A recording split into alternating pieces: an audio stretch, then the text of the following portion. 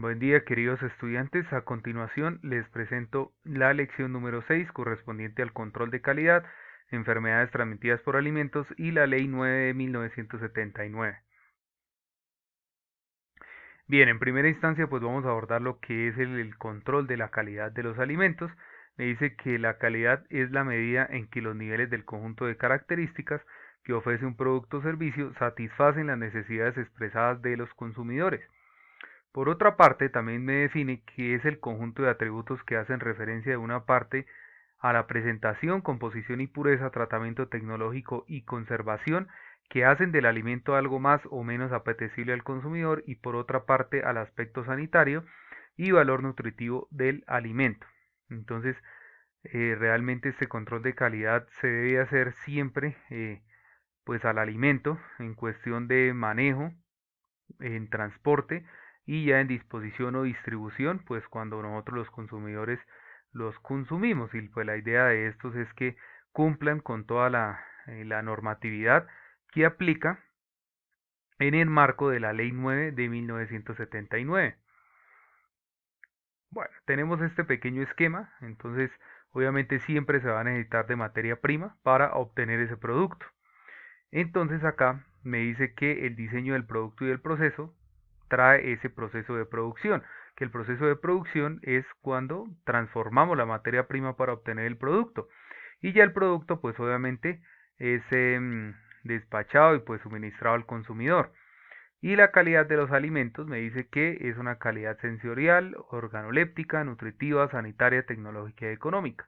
Démonos cuenta que el control de calidad se hace tanto para el diseño del producto como para el proceso de producción. Atributos de calidad en alimentos. Entonces nosotros miramos estos pequeños atributos que se deben tener en cuenta para esa calidad de los alimentos. Vamos a ver entonces la pureza o la seguridad, la aceptabilidad, la identidad, la composición y pues otros aspectos que vamos también a abordar dentro de los atributos. Bueno, entonces vamos a ver aquí qué son las enfermedades transmitidas por alimentos.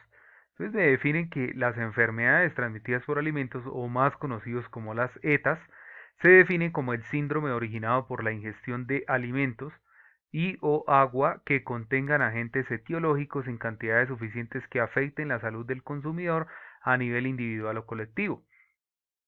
Entonces digamos que estas enfermedades transmitidas por alimentos lo que contempla es esa ingestión, ya sea de alimentos o aguas, que vengan alterados por agentes etiológicos o microorganismos que ya pues los hemos venido estudiando y que principalmente afecten esa salud ya sea al individuo o a una comunidad entera.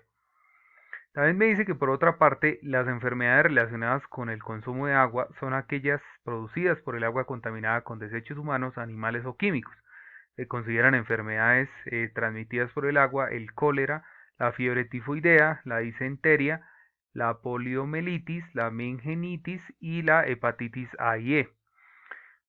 Me dice que para el país la afectación de dos o más personas con sintomatología similar después de ingerir alimentos y o agua contaminados del mismo origen y donde la evidencia epidemiológica o los resultados de laboratorio implican en los alimentos el agua como vehículo de la misma constituyen un brote.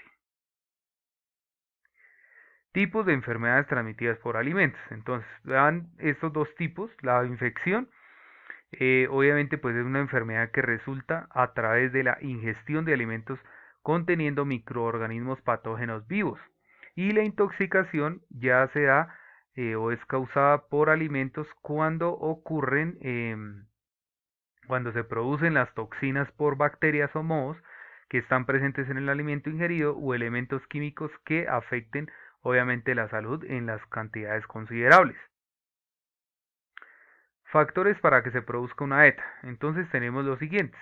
Me dice que el alimento debe estar bajo características físicas, los factores extrínsecos que ya vimos en la clase anterior, lo que es temperatura, humedad, tiempo, que favorezcan el crecimiento del microorganismo o la producción de su toxina. El agente etiológico debe estar presente en cantidad suficiente para poder causar una infección o intoxicación y me dice que debe ingerirse una cantidad suficiente del alimento que contenga el microorganismo o ese agente etiológico que sobrepase la barrera de protección de la persona. Dice que la persona afectada puede tener una susceptibilidad mayor que otras como mujeres embarazadas, niños, adultos mayores o personas con algún tipo de inmunosupresión. Entonces digamos, este grupo de personas son esos grupos vulnerables. Me dice que factores como los modos de vida, la modificación de hábitos alimentarios, mayor tendencia a consumir alimentos preparados fuera del hogar y jornadas laborales, especialmente en lugares donde se practican condiciones higiénicas inadecuadas. Entonces todos esos factores son los que realmente presentan pues esa enfermedad transmitida por alimentos, ya sea una infección o una intoxicación. Ahora vamos a ver aquí los síntomas, mecanismos de transmisión y identificación de una ETA. Los síntomas principales no varían, digamos que son a manera general los mismos. Me dice que estos dependen del agente etiológico, de ese microorganismo y pues también de la persona, ¿no? Del huésped.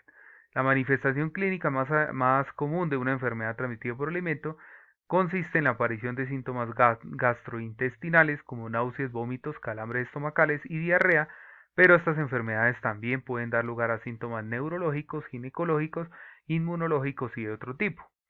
Los mecanismos de transmisión me dice pues principalmente que el primero ocurre cuando la contaminación fecal del alimento o inadecuado manejo del mismo desde su producción hasta el consumo. Y el segundo ya ocurre cuando la ingesta de los alimentos preparados o seleccionados inadecuadamente para el consumo, en los cuales los microorganismos tienen parte del ciclo de vida. En este grupo están principalmente la carne y los lácteos.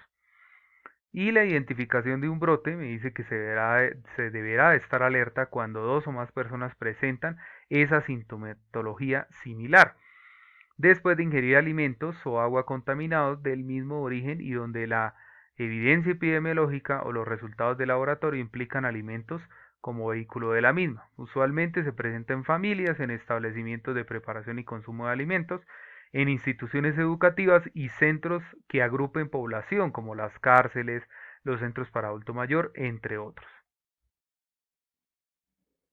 Causantes de la ETA y casos en Colombia. Me dice que existen más de 250 agentes etiológicos, microorganismos o sus productos capaces de producir una ETA. Las ETAs están en estrecha relación con la pobreza en países en desarrollo, como nosotros, y representan un problema para la salud pública mundial. El crecimiento de ese comercio internacional y el aumento de la complejidad y las distancias recorridas en las cadenas alimentarias incrementan el riesgo de transporte transfronterizo de los alimentos. A veces esto pasa mucho acá en nuestro país, que digamos van a transportar ciertos alimentos de un lugar a otro, entonces pues obviamente sabemos que acá fácilmente podemos recorrer 30, 40, 50 kilómetros y cambiamos perfectamente de clima, puede ser de un clima cálido a un clima frío. Entonces esto también afecta pues por ese factor extrínseco que puede tener los alimentos, pues principalmente va a afectar ese cambio y ahí es donde se puede generar la aparición de esos microorganismos que va a cambiar pues las condiciones organolépticas del alimento. Bueno, entonces aquí tenemos digamos, algunos pasos para llegar a considerar esa prevención de la ETA. Me dice que la higiene, las temperaturas seguras, lo que hablaba hace un poco, la cocción completa, en ocasiones pues siempre debemos garantizar esa temperatura sobre los 90 grados cuando se cocina, la contaminación cruzada, que quiere decir cuando de pronto mezclamos alimentos crudos con alimentos cocinados, y pues obviamente siempre asegurar alimentos seguros y bueno, aquí dice que consuma leche pasteurizada, igual porque la leche pues contiene muchos agentes también etiológicos pues que afectan a la mayoría de personas. Bien, por último vamos a ver entonces la Ley 9 de 1979.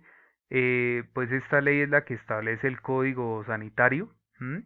Código Sanitario Nacional, pero nos vamos a fijar y nos vamos a encaminar solamente en el título 5, que corresponde a los alimentos. Me dice acá que para la elaboración de alimentos y bebidas se deberán utilizar materias primas que cumplan esas condiciones higiénico-sanitarias, permitiendo su correcto procesamiento.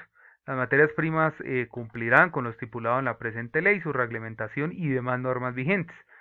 Me dice que no se permitirá reutilizar alimentos, bebidas, sobrantes de salmuera, jugos, salsas, aceites o similares, salvo en aquellos casos que el Ministerio de Salud o la autoridad delegada lo autorice porque no trae riesgos para la salud del consumidor.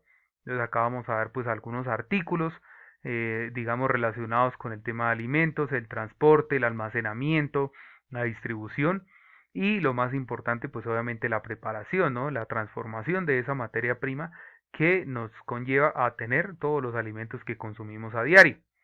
Muchísimas gracias, queridos estudiantes, por su atención. Espero vernos en una próxima. Hasta luego.